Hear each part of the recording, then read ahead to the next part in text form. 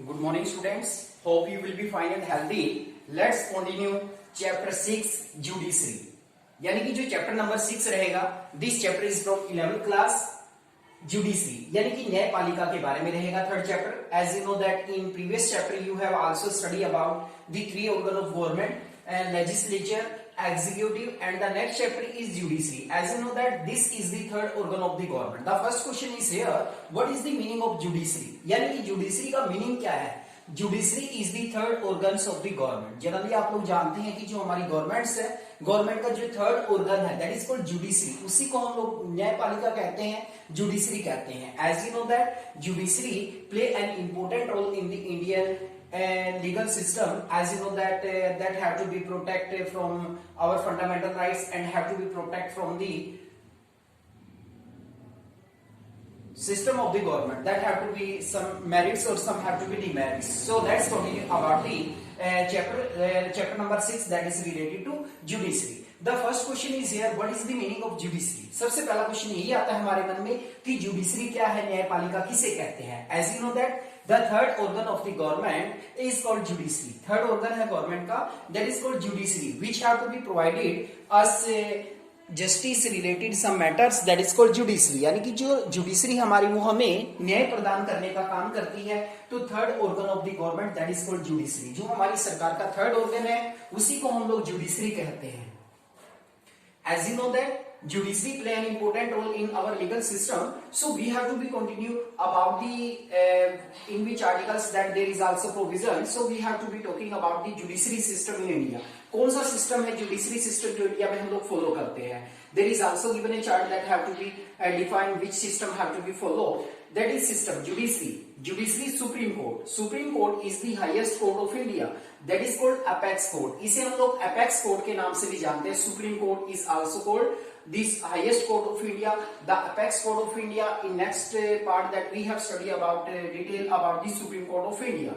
Now we have talking about the second court, that is high court. सबसे supreme court कौन सा है? Supreme court. Second कौन सा है? High court. और थर्ड कौन सा? Subordinate court. सबोर्डिनेट कोर्ट में अगर हम बात करें, सबोर्डिनेट कोर्ट्स में हमारे जनरली बात करें, सुप्रीम कोर्ट इंडिया को रिप्रेजेंट करता है यहाँ पर, यानी कि इंडिया में सुप्रीम कोर्ट एक ही है, वो दिल्ली के अंदर सिचुएटेड है. Now we are talking about high court. High court की यदि बात करते हैं तो हाई कोर्ट स्टेट्स को रिप्रेजेंट करता है. There is also provision in our Indian constitution that there is also a high court in each state, but you have to be remember that some state have to be common high court like that Haryana, Punjab and in the eastern states of India there is also common high court. तो common भी हो सकते हैं high court. और the next is subordinate court. District, यानी कि हर districts के अंदर एक subordinate court होगा. subordinate courts के दो टाइप्स होते हैं, एक होता है इसमें सिविल कोर्ट और दूसरा होता है इसमें criminal court. Civil court, civil court में जो सिविल मैटर्स होते हैं लाइक दैट डाइवोर्स है, मैरिज है, एडॉप्टेशन है, like that matter have to be represent in civil court. Civil court में रिप्रेजेंट किए जाते हैं. The next is criminal court. Criminal cases like that murder, theft, robbery, all of these are criminal cases that have to be represented in criminal court. तो district court दो types के होते हैं, एक सिविल कोर्ट होता है, criminal court होता है. तो यहाँ पर सबसे बड़ा कोर्ट है सुप्रीम कोर्ट. फिर हम लोग बात करते हैं यहाँ पर हाई कोर्ट के बारे में.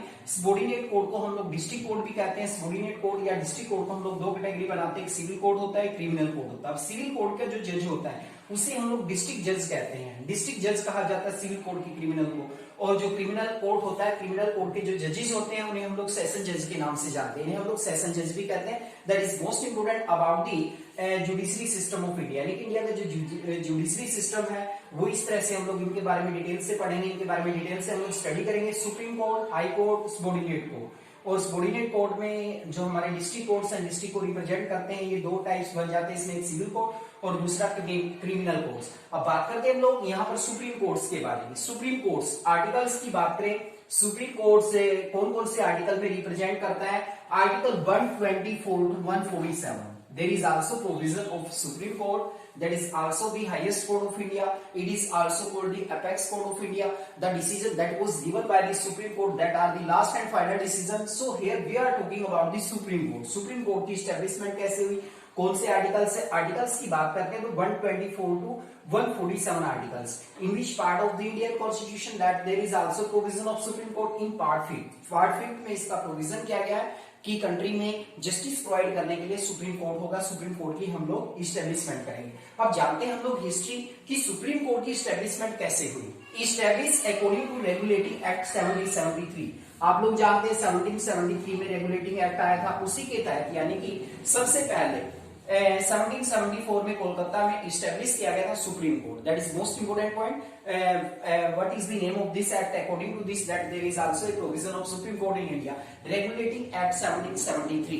As you know that we have to be face colonial period, यानी कि ब्रिटिशर्स का रूल था उस समय पर जब ये रेगुलेटिंग एक्ट 1773 इंप्लीमेंट किया गया था, और 1774 में कोलकाता में सबसे पहले सुप्रीम कोर्ट इस्टेब्लिश किया गया था। That is most important. उसके बाद federal court according to the government act 1935, यानी कि भारत सरकार अधिनियम 1935 में फेडरल कोर्ट की व्यवस्था की गई थी।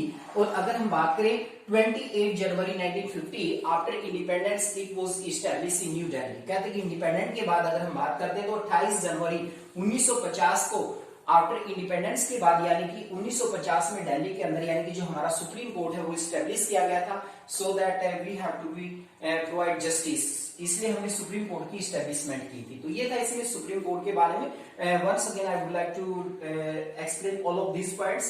आर्टिकल्स की बात करें तो 124 to 147 article there is a provision of Supreme Court in which part of Constitution in part 5th Constitution. Here we are talking about the Regulating Act 1773 के तहत सबसे पहले सुप्रीम कोर्ट इस्टेब्लिश किया गया था 1774 में कोलकाता में। उसके बाद फेडरल कोर्ट आया। फेडरल कोर्ट की व्यवस्था की गई है जो भारत सरकार अधिनियम में 1935। आप लोग जानते हैं कि बड़ा ही इंटरेस्टिंग ये एक्ट रहा है 1935, जिसके अकॉर्डिंग फेडरल कोर्ट को इस्टेब्लिश किया गया था 28 जनवरी 1950 को आफ्टर इंडिपेंडेंस न्यू दिल्ली में इस्टेब्लिशमेंट किया गया था इसका। अब बात करते हैं हम लोग सुप्रीम कोर्ट का जज बनने के लिए क्वालिफिकेशंस क्या होती है। What are the qualifications to become a जज of the supreme court? Supreme court का जज बनने के लिए क्या क्वालिफिकेशंस होती है हमारे पास, क्या योग्यताएं होनी चाहिए? देखिए इसमें सबसे पहले he should be citizen of India. सबसे पहले तो यही कंडीशन है कि भारत का नागरिक होना चाहिए।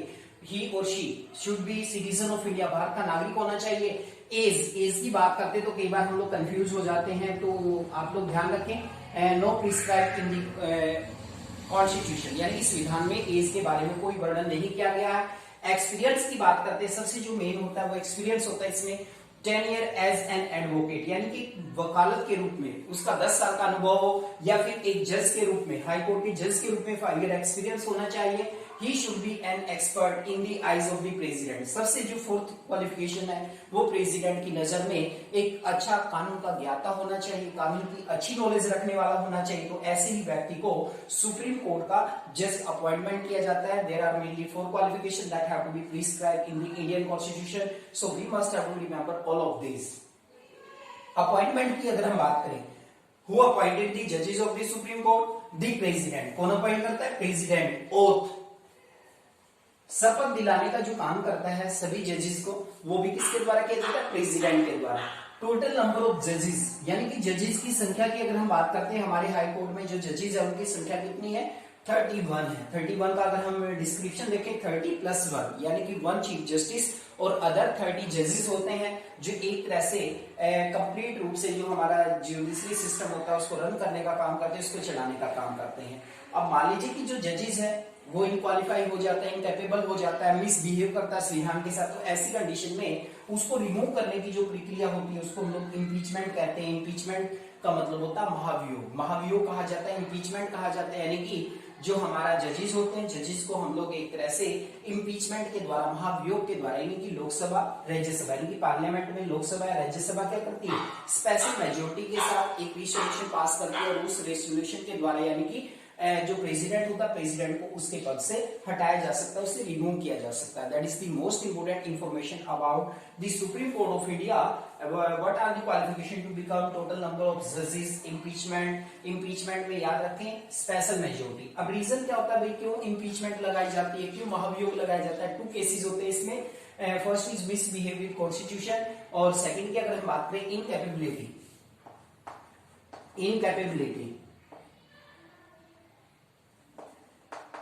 इनकैपेबिलिटी का मतलब होता है असमर्थता। कई बार देखा होगा आपने जजेस काम करने में, अच्छे डिसीजन देने में असमर्थ रहता है, तो ऐसे कंडीशन में भी जजेस को इम्पीचमेंट के द्वारा रिमूव किया जाता है। That is the complete introduction of the process of the Supreme Court. Now we are talking about the supreme court is also called the guardian of the constitution. ये भी याद रखें इसमें, सुप्रीम कोर्ट को guardian of the constitution यानी कि संविधान का रक्षक कहा जाता है, संविधान का रखवाला कहा जाता है। As you know that there are mainly three organs of the government: legislature, executive and third is judiciary. Legislature का काम क्या होता है? To make laws, देश के लिए कानून बनाना। एग्जीक्यूटिव का काम क्या होता है? टू इंप्लीमेंट दी लॉज, यानी कि उन कानूनों को इंप्लीमेंट करने का काम जो करती है वो हमारी एग्जीक्यूटिव करती है। मान लीजिए कि जुडिशरी ने कानून बनाया, एग्जीक्यूटिव ने उसको इंप्लीमेंट किया, और कई बार क्या होता है लेजिस्लेचर या एग्जीक्यूटिव कई बार मान लीजिए गलत कानून बना देते हैं, तो उन गलत कानून को हटाने की जो रिस्पॉन्सिबिलिटी रहती है किसकी रहती है? जुडिशरी की रहती है, क्योंकि हमारी जुडिशरी इंडिपेंडेंट होती है, बिल्कुल स्वतंत्र होती है, किसी प्रकार का कोई भी उसके ऊपर रोक टोक नहीं लगाई जा सकती। तो ये supreme court is also called the guardian of constitution, यानी कि संविधान का रखवाला है, संविधान का रक्षक भी हम लोग अपने संविधान को जो हमारा एक तरह से कोर्ट है, हमारी जो सुप्रीम कोर्ट है, सुप्रीम कोर्ट को ही हम लोग इसका रक्षक मानते हैं। तो that is the complete information about the judiciary system और legal system of India that we have to be describe in this videos. There are some topics that are interesting topic that is related to judiciary. All of these that you have to be study about the legal system of India, in which we have completed the judiciary system of India. Judiciary play an important role to provide us justice and also protect our fundamental rights.